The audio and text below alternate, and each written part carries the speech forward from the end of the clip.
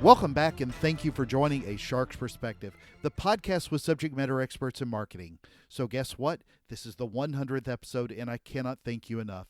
We'll discuss that a little bit more towards the end of the show. But for today's special guest, yet again, I must say that I am such a big fan. She is recognized as one of the top subject matter experts in all of marketing and one of the top influencers today in all of social media. Forbes has cited her as a top thought leader. IBM says that she's one of 7 people shaping modern marketing. Yes, Ann Handley is a writer, a digital marketing pioneer, a Wall Street Journal best-selling author, an entrepreneur, and a great keynote speaker. Her company, Marketing Profs, is a marketing training and education company with more than 600,000 subscribers. She runs the Marketing Profs B2B Marketing Forum, and she is the world's first chief content officer. And on this episode, we'll discuss how to be a better marketer, how to be a better writer, keeping your focus on the customer first, email lists, algorithms, and AI, and just being bigger, bolder, and braver. So let's tune in to the incredible Ann Handley with an incredible shark on the 100th episode of A Shark's Perspective.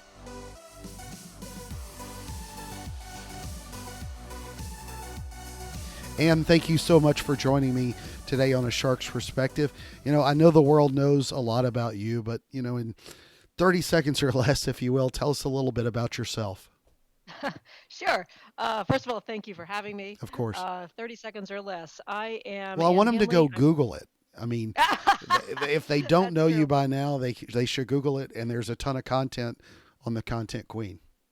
That's true. I think I do own the entire first page There you go. on Google. But yes, I'm the Chief Content Officer of Marketing Profs. Prior to that, I founded a company called ClickZ, which is one of the first sources of online marketing information in the world. I've written 2 books on content marketing. I'm a Wall Street Journal best-selling author. I have a Cavalier King Charles Spaniel, just like you. And that's I live in Boston. Well, you've been called the Queen of Content, so is that in Europe or in Asia? I mean, does that come with a crown or a scepter? I mean, that's Yes. pretty Yes, impressive title. thank you. It's global. It's To answer global. your question, it does come with so many perks. For example, I can't think of a single one. Yeah, So probably free appetizer at Applebee's. I don't even think it gets me that, to tell you the truth. But Well, you're considered one of the top influencers in marketing today, one of the people really shaping content and social media and marketing. I mean, what kind of pressure comes with that? And all joking aside, with being that kind of influencer, I mean, you're still a working marketer.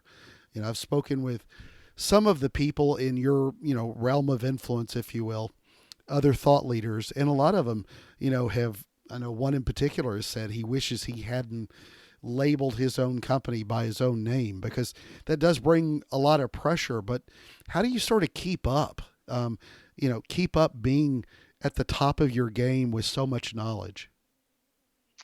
yeah, that's interesting. I guess number one, don't think of yourself as the top of your game. Agreed. Yeah, Um, that's true. and I'm not joking when I say that because I feel like I am always curious. I'm always interested. I stay a student of marketing, and that's really what it both informs who I am and what I know.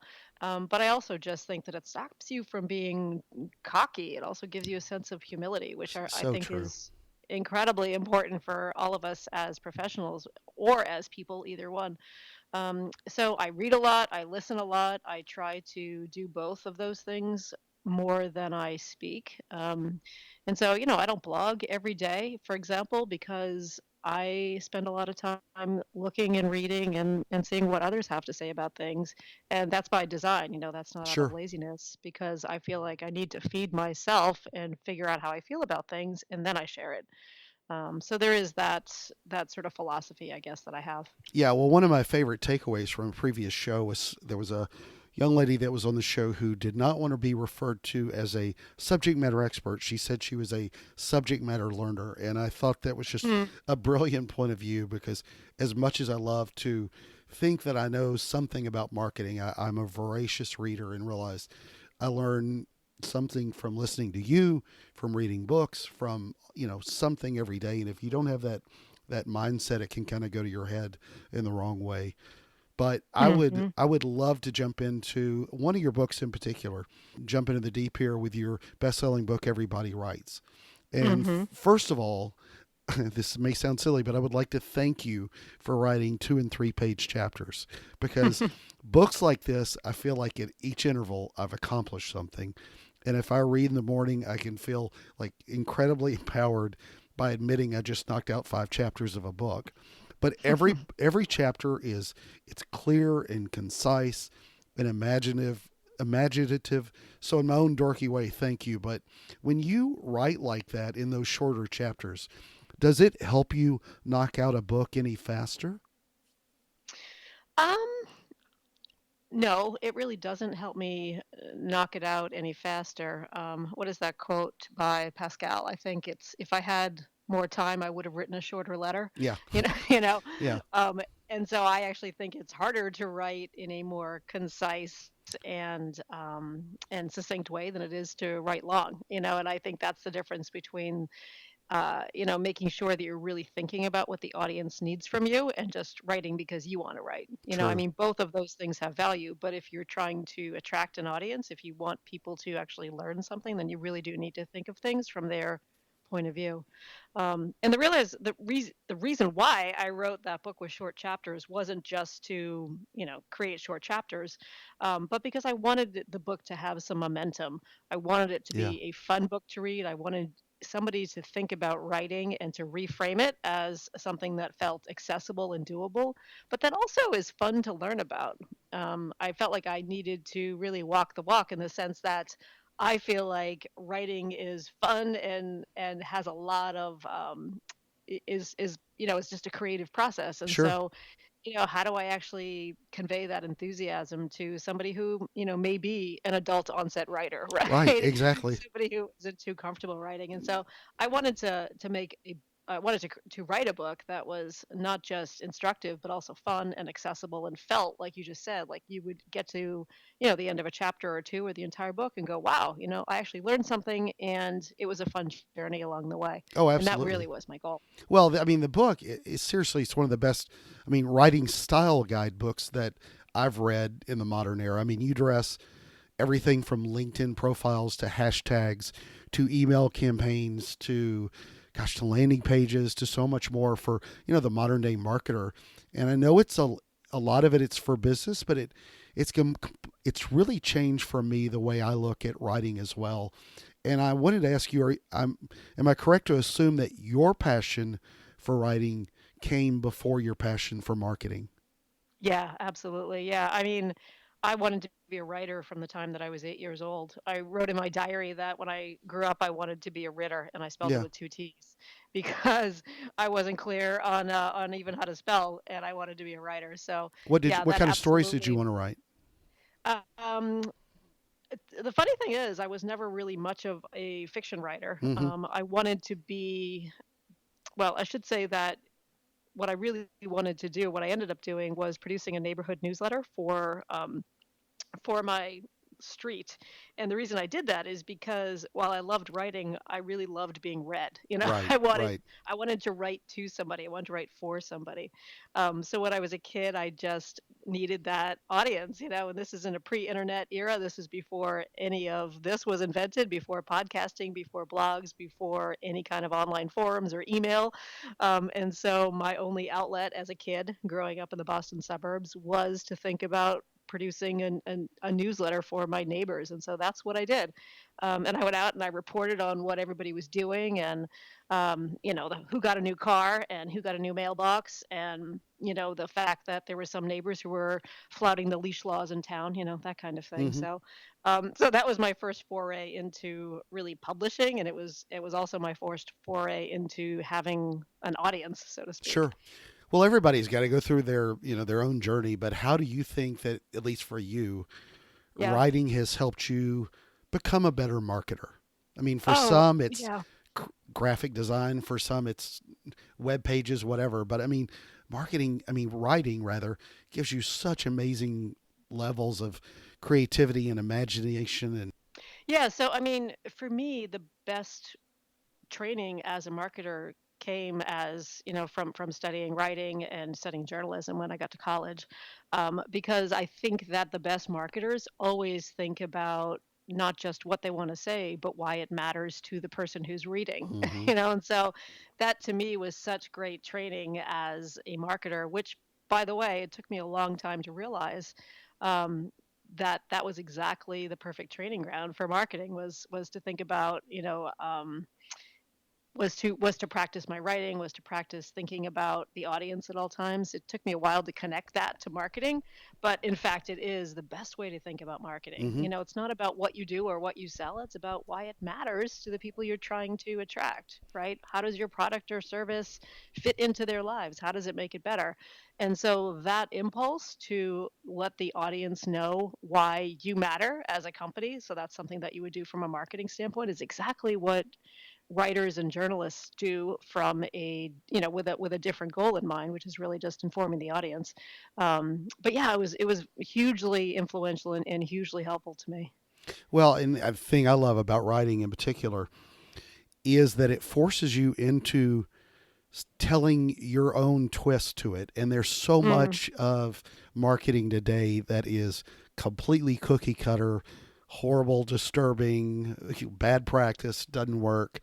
And mm, I think there's not enough people that have really sort of trained themselves to be able to write differently so that they can learn to approach that in a different way. And that's one thing, at least for me, that I've always noticed with writing and how to get better. But mm, speaking of practice, you wrote early on in the book that writing is a habit and not an art, and that your words mm. are your web currency, which I thought was great. Elaborate, if you will, on what that means to you from a marketing standpoint. Yeah, so I think, as much as video and podcasts like this, as much as we are using different ways of reaching our customers or would-be customers, writing is still the backbone of what we do. And more broadly, I guess I would also say that the idea of attracting an audience to whatever it is that we're publishing, right? That's hugely valuable for marketing. And so that's really what I mean when I say that, you've got to be thinking about your audience first, and it's really where the overlap is between the two. Um, your other point that you made there, just about how writing is a practice. It's a discipline, not an Hmm. art. I totally believe that. And I talk to so many people all the time who, like they approach writing as a kind of drudgery, Hmm.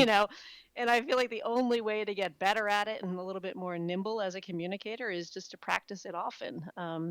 And by the way, to reframe a lot of what we're already doing, like writing emails or posting to Twitter or posting to Instagram, like using those opportunities to really work on your writing and your writing voice. Yeah, I after reading this book, I started setting out time again to write early in the morning. I didn't do it Mm, from a blog standpoint, but as I work on my own things in mm. marketing, it really helped just create that discipline again. And I plugged it in the morning when my own creative brain works a little bit fresher than it does in the afternoon. But yeah, Mhm. I couldn't agree. I mean, it resonated with me so much. So, for a lot of brands who are at least embracing content marketing today, especially storytelling more, it gives them a chance to not push so much of that brand babble and advertising that's turned so many of us away from typical ads.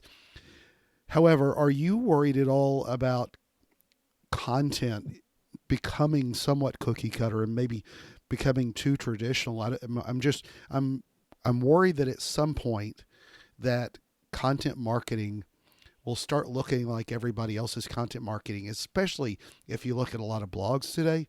A lot of the less creative ones look like every other generic blog. And I'm wondering, as a content expert, does that worry you at all? Um, I think that's always been an issue with Yeah. content marketing. I think that a lot of businesses are always looking for best practices. They're looking Yeah. for what has worked in other areas. in other with other companies, and I think that's a fine way to start a content marketing program, but I think it's also missing the opportunity that's inherent in content marketing. Agreed. And when we're talking about content, I mean, you mentioned blogs, and I absolutely think that, blogs are part of that, but almost everything that a company is producing has some component of content to it. Agreed. Right. And so I actually think that content marketing is really, these days anyway, much more broadly just marketing. It's what Yeah. we're producing, and it's the story that we're telling. And so yeah, I guess to answer your question, I that's always been a concern of mine, which is why I've written the books that I have, and why I'm doing the work that I do, because I'm trying to encourage companies to be a little bit bigger and braver and bolder in what they're doing, and not just do what everybody else is doing. I mean, there's a million ways that you can iterate off of that. You can think about your tone of voice. You can think about, looking and feeling and having a perspective that is uniquely your own. So yeah, I think it encourages me when I see brands who actually are doing that and getting results with it. And so that's really what I'm always counseling businesses to do. Well, and to that point, I'm an Mm, omni-channel fanatic. I want a mm, clear message, whatever the content is, all of marketing. I look at it from mm. a purely holistic view, but what kind of advice do you typically give them? I think I don't want to obviously take too much of the content and put it into a blog vertical, but do you approach or write differently from an omni-channel perspective with your marketing? And what advice do you give to brands to sort of help them take that holistic view? I mean, I think it all starts with your point of view, your view of the world. Hmm. I talk a lot about that from the perspective of tone of voice, Yeah. and what do I mean by that? I mean it's how you communicate. Or do you tend to be a little more casual, or do you tend to be more buttoned up? Hmm. So really thinking through your brand from a communication standpoint, right? How can you be clearly communicating in a way that is unique to you. And I'll give you just a quick example of this to make it come to life. One of my favorite companies that I've been really championing recently is a company called CB Insights. They're a data technology company. They provide data to tech businesses to help them make decisions better. And their tone of voice is so clear, especially in two places, in their Instagram, which is fantastic. They do a really nice job with it. And you wouldn't think that a data tech company would have a fun and interesting Instagram to follow, but boy, do they. So that's Yeah. number one. And also their email newsletter. It's written by their CEO, a guy by the name of Anand Sanwal. Anand does an incredible job using tone of voice to great effect. And again, this is a B2B data tech company. This is not a fun B2C company, Right. right? It's not in a category that you would automatically think about would have sort of a fun, engaging voice, but he does, and he uses it to great effect. I mean, he's a little snarky, he's a little sarcastic sometimes, but that is his tone of voice, and it really works for him. That email newsletter has done an incredible service to CB Insights. It's really put them Hmm. on the map in ways that I don't think they would have achieved otherwise. And it's a great example, I think, of really thinking through your brand and what is your differentiator. Agreed. How should we look at using content then for driving business goals and the values to the customers? And part of the reason I ask this is so much of my own career has been in the lead gen space, and I'm a huge proponent of writing your content correctly. But Hmm. obviously, where the rubber meets the roads for a lot of businesses is they look at content as something. I don't know, maybe that they can't put a direct advertising, arrow on, but Hmm. it can drive the business as much as anything else. And what kind of, advice do you give companies when they're looking at driving their business goals, especially with increasing sales and achieving growth and bringing that value to not only their shareholders, but then to their customers? So I think that the best thing that a company who is really concerned with using their content marketing to drive ROI is to focus on building your email database, right? To Hmm. focus on building your email list. That is vastly undervalued by a lot of companies. A lot of companies are using their email newsletter as a distribution strategy. They're not using it as a way to really further that relationship with a customer, no matter where they are in the funnel, so to speak, or, or in their Yeah. relationship, whether they're just starting out with a company or whether they're post purchase and or whether they're focusing on retention or referral. The email newsletter to me is really that vehicle that I think a lot of companies are missing the opportunity with. Agreed. And so, yes, I mean, using Instagram and producing, videos on YouTube or having a podcast like this one. I mean, all of these are wonderful things, but think about how is it that you're actually going to connect it to the business. And I think the email newsletter can be that connective tissue for a lot of companies. Yet most companies are vastly undervaluing it, and they're also treating it again as a distribution strategy and not as a way to really communicate with their customers in a very in an inherently personal space. I mean, this as much as I do. I am kind of obsessed with email as a way to connect with customers, and I sign up for email newsletters all the time, just Yeah. a couple a Same day, here. just to sort of I'm always trying to find the best way to or great examples of companies who are doing it well.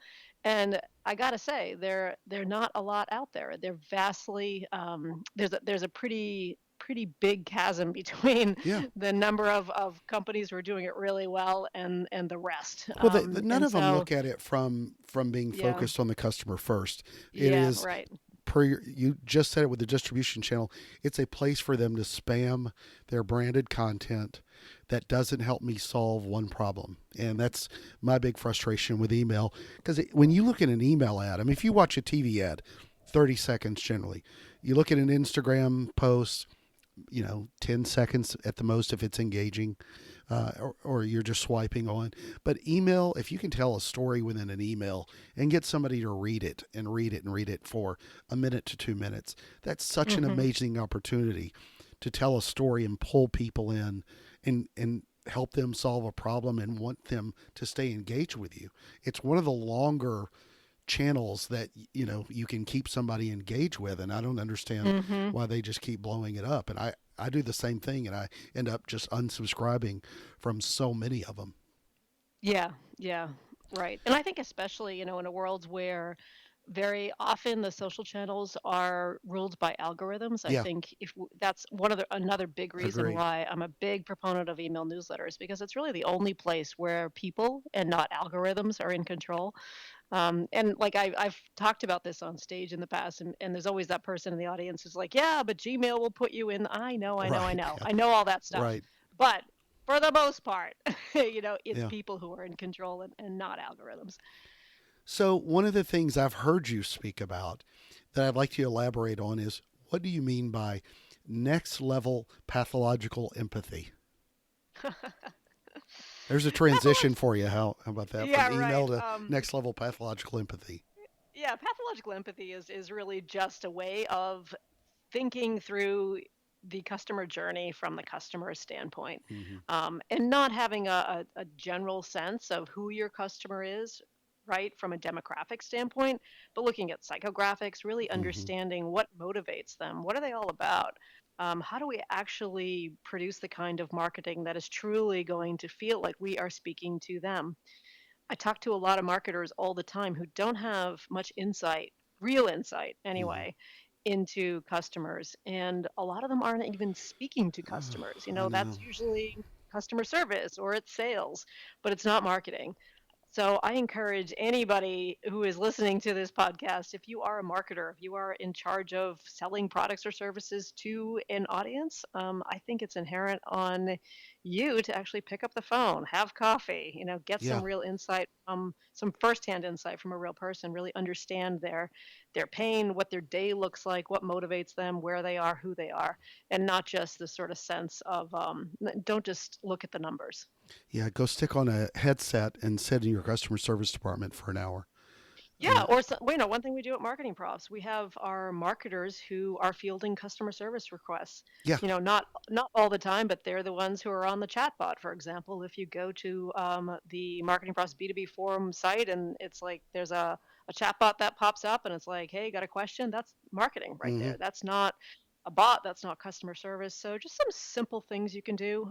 Spend an hour fielding customer service requests on a Hmm. daily basis, or I mean, sorry, on a weekly basis. I think it's hugely valuable to really understand your audience and really understand who you're talking to. So you said something just now about marketers that approach you and ask you for advice, but one of the things that I find very interesting, I'm going to ask sort of as a question, is Mm. what kind of advice do you give marketers, young and old, and influencers as well? In that, does a marketer have to own a particular swim lane, if you will, of expertise, or should it be much broader? And the reason I ask that is because it's a question I get asked a lot by young marketers. I get asked that by, you know, conferences who either approach me or I approach them. It's the same way that I said, hey, Anne's the queen of content, but if you wrote something about PPC tomorrow, we'd listen. So does someone today really need to own, when they're coming up? I mean, first thing you said, they need to be able to talk to the customer, learn and listen to the customer, which all marketers don't do well. But in general, what kind of career advice do you give marketers to help them evolve? Yeah, I mean, I do think it's important to focus. And I think it's important not only from a career perspective, but also just from a human perspective. Hmm. Um, just to think about your place in the universe, not to get too heady with it, but I think it's important for you to really think about what excites you, where can you make your mark, what difference can you make? Hmm. And those are big questions, those are big things to think about. But I think focusing is key to that. When you're a generalist, you're sort of you're not all things to all people. I think you're too many things to know people. Yes. And so I Good think it's point. much better to really think about what how can I help the most, and what am I most interested in, what am I good at, what are my internal resources, and to really lean into that. Now, that's not to say that I don't think that, as a marketer, that you should have some, sort of leveling or some sort of grounding in marketing more generally. I mean, I absolutely think you do, but I also think that you need to really focus in one area, and that ultimately is what'll drive your success. So going back to something else you also mentioned earlier, bigger, bolder, braver, and the needs Mm, for brands to do it. You bring up a point when discussing this that resonated a lot with me personally. And I, at one point in my career, worked with a brand that completely dominated the national market. Yet, if you did mm, not say the name of their logo, then you wouldn't have a clue as to which company it was in that vertical. And that's not, I mean, that is a problem that so many brands, big brands across the country have. What do you mean by bigger, bolder, braver, and how they connect that story? So bigger, bolder, braver is a sort of mindset or philosophy that I've had for the past couple of years, and what it means is telling a bigger story that's not about you. It's about why you matter to Hmm. others, and I think that's important in marketing for the reasons we already chatted about here today. Um, Being bolder means to take a few risks with your marketing, to really understand that the people who love you the most will be the people you should be serving, and don't worry about everybody else. So be a little bold in how you're communicating, in the sense of being memorable, and also just being braver. Be braver with your tone of voice. One of the things I talk about, or your perspective. One of the things that I've talked about frequently is if you cover up the logo on your website, on your email newsletter, on your Instagram. If you were to cover up Yeah. your name, any visual identifier, do you sound different Hmm. than your competitors, or do you sound um, like and so I think thinking about your marketing from that perspective is can be hugely valuable for brands. So, why do you think so many marketers go back to the cookie cutter approach that they're used to doing? I think it goes back to the notion of best practices, and feeling like there's a way to do things the right way. Yeah. Also, I mean, to give marketers a little bit of a break here, marketing is under tremendous pressure to try to deliver. And Yeah. so I think there is an impulse to take the safe way to deliver incremental returns. But I think we do need to take risks because it's the risks, I think, that ultimately will pay bigger returns, that ultimately will pay off. Um, and so to really think about, how do we actually embrace that? How do Yeah. we actually think about being a little bit braver and bolder in how we're communicating? Because ultimately, I think we all need to. If we could A/B test risk and bravery, then we could put it in context. Everybody would understand. So, you mentioned one brand, but what are some of the other brands that are doing content well that you sort of recognize and just think look good? Who's pushing an envelope that you like? Yeah, that's interesting. There's so many. Let me think about this for a second. I mean, BarkBox is Hmm. a tremendous company. I love what they're doing in their marketing and their email newsletters, especially. Or it's actually not even their newsletters, it's in their email marketing. Fantastic. Another dog kind of company, but it's an organization actually. And I like talking about them because they're a nonprofit and they have zero budget almost for marketing. Yeah. And that's the Humane Society Silicon Valley. I think they do a tremendous job with their marketing. And again, with a very small budget, but they sound different. They don't sound like every other pet shelter out there. Hmm. So I love what they're doing. Um, Let me think about this. Another company that I love because they're wacky and wonderful is Freaker USA. They're in North Carolina. They do an amazing job of using their voice to great effect, and I love the way that they don't sound like any other company out there. Hmm. What they do is they sell can koozies. Oh They wow. sell Yeah, they sell basically drink insulators, but they don't sound like Yeti. Yeah. They don't Right. sound like anybody else other than themselves. They're quirky, they're fun, they're interesting. Let me think what else. Another small business is Baking Steel. It's run by a guy named Andres Lagston. He's south of Boston in a little town called Cohasset, Massachusetts. He sells steel pans to bake the best kind of pizza crust that you will find outside of Naples, Italy. But you can do it in your home oven because instead of a piece of clay that you would use to bake pizza on. Instead, he's created this product called the baking steel, which is a super heavy steel pan that goes into your home oven. And again, delivers really great crust. But his Instagram, his videos, his blog, he's just on point with everything he does. And one of the reasons that I really like what he does, by the way, is because you can really feel his personality. And the same is true of Freaker. The same is true of CB Insights. I think the same is true of the Humane Society Silicon Valley. You can really feel the people behind the brand. And that sense of humanity, that there's actually people behind this organization. I think that's another way to really express your voice Hmm. and to show how you're different. You just named off several different brands who probably don't have a legal or communications team that's telling them no to every good idea. That's what Mm. I love. They give that same level of creativity before you get beat up internally. So, who are the other marketers out there that inspire you? Oh boy, who inspires me? So many people inspire me. This is always a tricky question because I'm always really worried about Well, leaving somebody out. is it the bigger names or is it the smaller names that maybe you Yeah, follow? I mean, yes. I mean, there's so much out there that I think is interesting. I mean, oh boy, let me There are think about plenty this of for a people out second. there who are offering their opinions in marketing today. Yeah, that's true. That's true. I mean, I'm a huge fan of Seth Godin. Yeah. I admire the heck about. I admire him quite a bit, and a big reason for that is because he takes a lot of risks. I mean, he publishes an email every single day, Yeah. right? He's blogging every single day. I get it in my inbox every single day. He's not right 100% of the time, but he's putting his ideas out there. He's really we started off this conversation today talking about how writing is a discipline. It's Yeah. not it's not an art. And I've heard podcasts with Seth in which he's talking about why he publishes every day, and it's in Hmm. part because of that sort of mindset that he wants to exercise every day. Um, And so Seth Godin is awesome. I just finished his This Is Yeah, Marketing it's book. great. Yeah, it's really fantastic. So I'm a huge fan of his.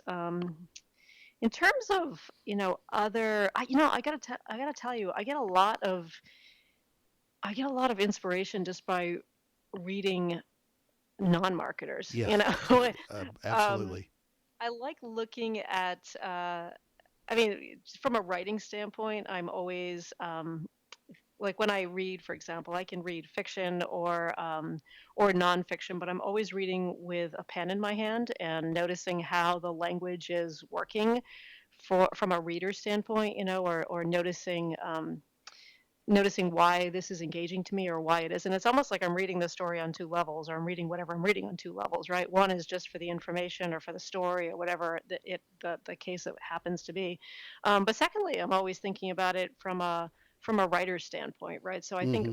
So I think reading like a writer is an interesting way to try to learn from almost anything, and that's true whether it's something that's beautiful and well written or something that's not. Yeah. So, so so I get a lot of inspiration that way. In terms of my marketing education, though, I mean, at Marketing Profs, we get a lot of pitches. We get a lot of people who want to write for us. So even just reading what people are interested in these days, what they want to write about, what they're thinking about, just by looking to see what comes in from our community. I mean, that is hugely valuable for me, just in terms of where marketing is going and what people are thinking about. Again, listening and reading more than I'm speaking, I think is really the key to my education, or has been the key to my education, and I think that's true to this day. So, what are your thoughts on what's next, especially with content? Are you worried about how data and machine learning and AI, may rob the creative aspects of being a better marketer? Yeah, no, I'm not really worried about that at all. Actually, I'm not worried about it at all. Let me say that more decisively. Sure. Um, I think that data can help us inform what's resonating Yeah. with our customers. Of course, we can see, just through a simple A/B test. I mean, that's data Agreed. telling Yeah. us what works and what doesn't. So there's no reason to be scared of that. Um, in terms of AI, I get this question a lot because aren't you worried that robots are going to be writing content? Hell no, I'm not worried about that at all, Yeah. because I mean, I don't know if you watched the Super Bowl, but there were a lot of commercials in the Super Bowl that were sort of making fun of robots a little Yeah. bit, Yeah. right? And the common theme throughout most of them was that robots can't feel, and I think that's totally true. So I'm happy to have robots write the sports scores, the sports recaps. I'm happy to have, to give that task to them. But I think what robots can't do is write with emotion, write with empathy. They won't write with the customer in mind, Exactly. really. And They so can't I connect on do a not, human level. yeah, because they're not human, and Exactly. I don't worry about that, one bit. I don't even think about it. No, Skynet's still a concern, but I'm not gonna. But if you had to think in your own career, whether it was from being an entrepreneur with ClickZ to, the chief content officer for Marketing Profs, or an author or speaker, which part of your career do you think has had the most influence over your development as a marketer? That's interesting. I mean, they've all contributed in a different way. I Yeah. mean, certainly as we discussed, approaching marketing as a writer first and a marketer second has been hugely valuable to me. I think those people who approach marketing as a marketer first pretty quickly learn that that's not going to serve them or their audience as well as it might. So I think thinking about it as a content creator, and that's, whether you're a writer or a Hmm. videographer or a podcaster, I mean, I'm sure in the back of your mind, you're always thinking about what's valuable to the audience, right? And so I think that's the mindset that's been really helpful to me. Public speaking has been another, that was not an easy shift for me to go from being a writer to being a public speaker. It's something that I think a lot of people are scared of. I think you've Hmm. seen those stats that say that, that public speaking is more scary than practically anything out there. And it is, it's a scary thing to stand up on a stage and speak to an audience. um, and to share your ideas and face rejection and face all the things that can go wrong when you're setting yourself out, when you're putting yourself out there publicly like that. Hmm. But that's been hugely valuable for me just to work on that craft and to become a public speaker, because I think the takeaway for me as a human has been some, the fear is always that something will happen, right? Something will go wrong and you'll look like Right. an idiot on stage. And guess what? I have, right? Yeah. That's happened. The PowerPoint deck has frozen. The sound died. That stuff will happen, and you survive. You Yeah. go on. You will survive, and that actually has been very valuable for me to realize that the world doesn't end, right? That you actually will go on, you will thrive, and you'll get over it. And um, so yeah, just from a personal development standpoint, that's been just an amazing lesson, I think, for me to understand and really internalize. Well, you know how smart Dan Pink is. Brilliant author. I've seen him speak, and his clicker wouldn't work. And Mm-hmm. it looked like the world was going to end for a minute. I mean, but Mm. the guy's a brilliant author, Amazon bestseller, New York Times bestseller. And here he's kind of stuck on stage waiting for this stupid clicker. And then, boom, it finally works. The rest of the world works out, and he gave a great speech. But Mm. it's funny to see little things like that help grow you. So, what do you Yeah. want to see next in marketing if you had to wave your magic wand and make things better, or Mm. what you want to see down the road? I mean, I want to see us do less. I want to see us do less but obsess. Yeah. I want to see us worry less about being on Instagram and having a podcast and having Thank you. a Facebook Live every Sunday, and having a blog and being everywhere in all things to all people. I want to see us really focus our efforts a little bit. Think about growing your audience in one or two very specific places Hmm. strategically, and not worry about the best. I mean, not worry about the rest. Hmm. I think that there is a default in marketing that because these channels exist, because we think we can reach an audience there, we should do it. And I'm a proponent of saying that is not true. I don't think you want to be everywhere. I don't think you want to be on Instagram just because everybody's on Instagram. Are your customers on Instagram? Do you have the resources and the time and the budget to be able to support it? Then great, then do it. But if you don't, opt out. And I think that's perfectly fine. That's, saying no is a strategy. Thank you. That actually makes me feel better because I don't spend enough time on social. So that Mm. if Ann Hanley said it, then it's okay. So Yeah, well, I'll tell you one thing. I gave up Facebook at, let me see, maybe about yeah. the end of 2018, fall of 2018, something like that. Um, I stopped posting to it. I stopped going there. I Hmm. maybe go there now once every week or so for about 5 minutes at a time, and that Yeah. is no exaggeration. And that's a huge shift for me. But to be able to get back all that time that I used to spend not only creating content on Facebook, but interacting, engaging with people there, finding out what other people are talking about. I did it intentionally because it was just too much of a time suck for Yep. me, and I realized that it wasn't providing the value that I needed, and so I let go of it, and that's actually what gave me the time and the space and the energy to start my own email newsletter, Hmm. because I missed communicating. Yeah. I missed communicating with people, and I realized it could be a little asynchronous. It didn't have to be real time. And, for me, the email newsletter, again, for all the reasons that we talked about, because it's a clear writing voice, because it's mine, right? It's my list. It's not Zuckerberg's list, Yeah. right? So for all of those reasons, and people are opting into to engaging with me as opposed to opting into Facebook, or I'm picking on Facebook, but it's insert whatever social channel you want here. And so my point of telling you this is I think it's really important to think strategically about how are you using social, not just as a business, but really as a person. Is it really giving you the value that you want it to give you? And if it's not, then why are you doing it? Agreed.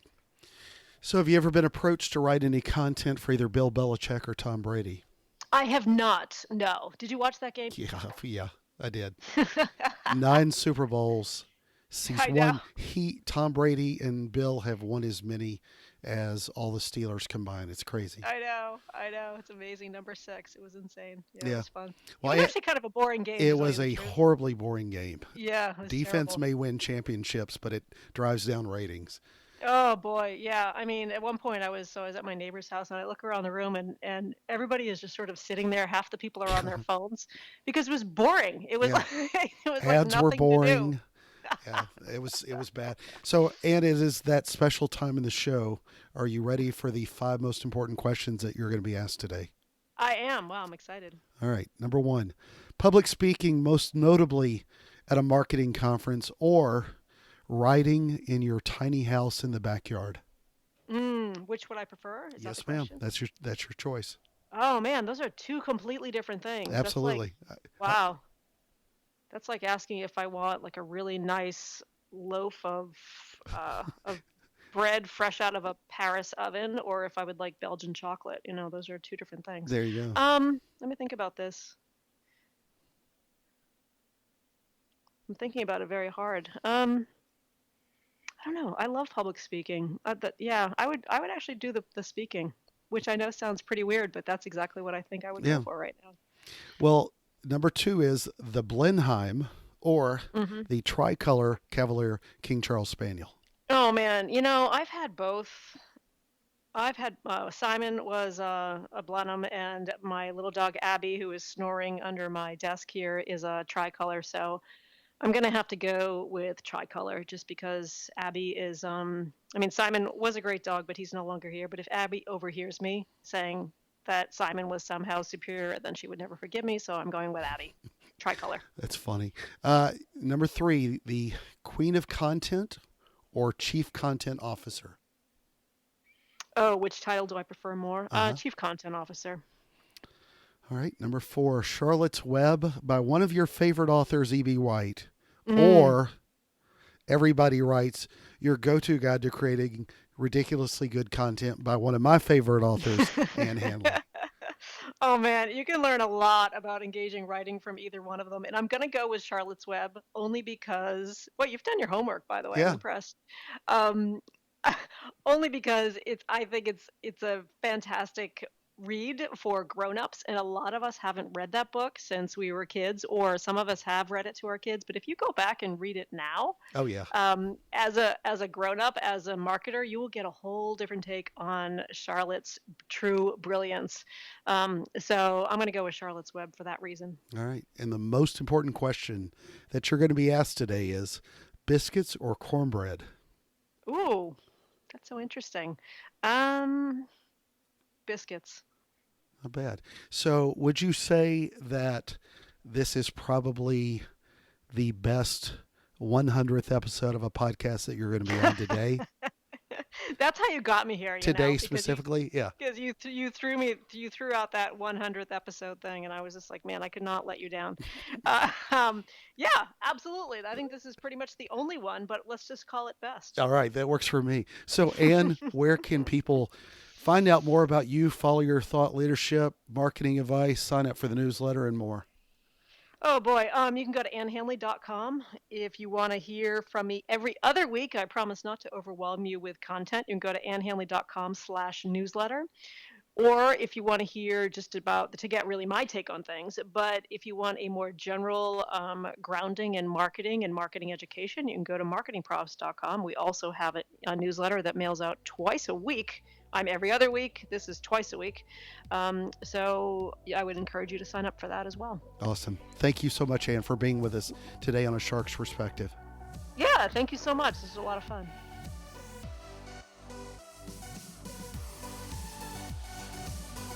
So there was my conversation with Ann Handley, a writer, a digital marketing pioneer, a Wall Street Journal bestselling author, an entrepreneur, and a great keynote speaker.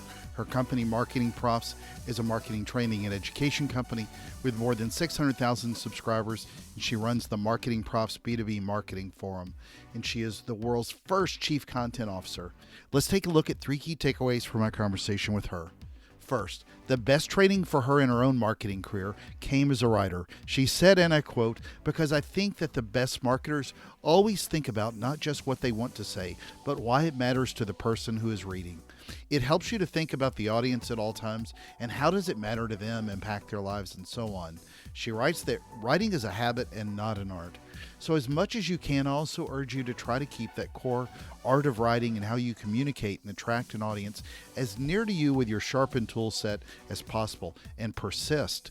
As she says, your words are your web currency. So think about how you write and form your words for your brand and how you form your tone of voice. When speaking with your customers, how can you be communicating in a way that's unique to you? Second, always add some focus on building your email list, especially for brands. Her advice is so spot on in that a newsletter should not be a distribution strategy.